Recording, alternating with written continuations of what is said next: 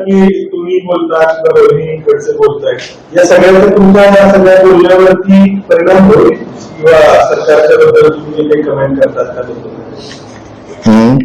तुम्ही म्हटलं की तुम्ही बोलतात सरकारबद्दल, रोहिणीताई बोलतात, तर या सगळ्या तुमच्यावरती रोहिणीताईवरती काही परिणाम होईल सरकारबद्दल तुम्ही काही भूमिका घेतात त्याबद्दल?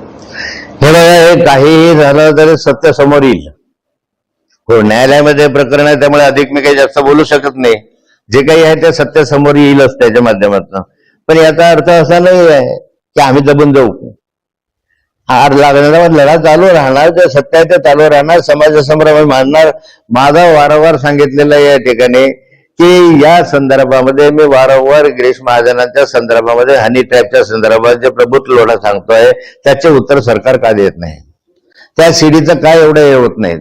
मी स्वतः ती सीडी पाहिलेली आहे, त्याने मला ते दाखवलेली आहे. पण बार्गेनिंग मध्ये तो त्याने सांगितलं ते की मी दाखवलं होतं. प्रफुल्ल लोढांनी स्वतः सांगितलं, एक मिनिट, खडसेंनी दाखवलं होतं, त्यांनी सांगितलेलं स्वतः त्याची सीडी आपल्याकडे आहे.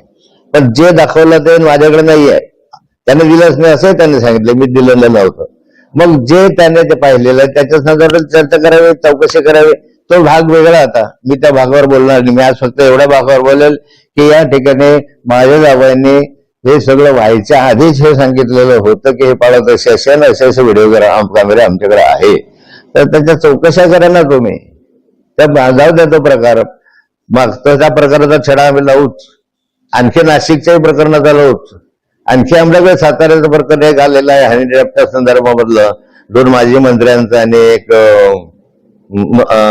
मंत्र्यांच्या मुलाचं, ते आलेलं आहे. ते खात्री करू आपण. तिथं लोकल चॅनलला ते प्रकाशित केलेलं आहे. महाराष्ट्रावर अशा स्वरूपाचे चाललेले आहे, कुठे येऊ नयेत मला प्रयत्न दिसतोय. पण याचा अर्थ असा होणार नाही की तुम्ही आम्हाला बदनाम करा.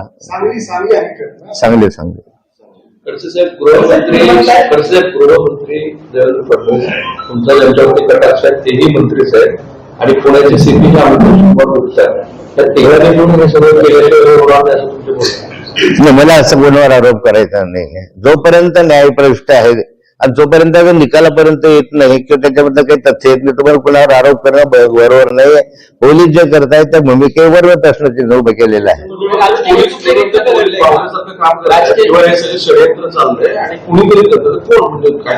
समोर कोण असतं तुम्ही? असं आहे, मी अनेक वर्षापासून राजकारणात आहे. मी शोधपत्रिका पाहिलेली आहे. आता तुम्ही शोधा ना, तुम्हाला आव्हान करतो.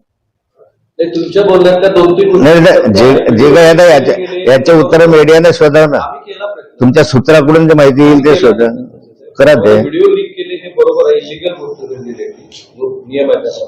पण तुम्ही पुणे पोलीस जे बावड्या प्रमाणात काम करतात म्हणतात, ते कोणीतरी वरी करून हलवली ती कोण करत येईल बाहेर? येईल आज नाही येणार, बाहेर येईल नक्की बाहेर.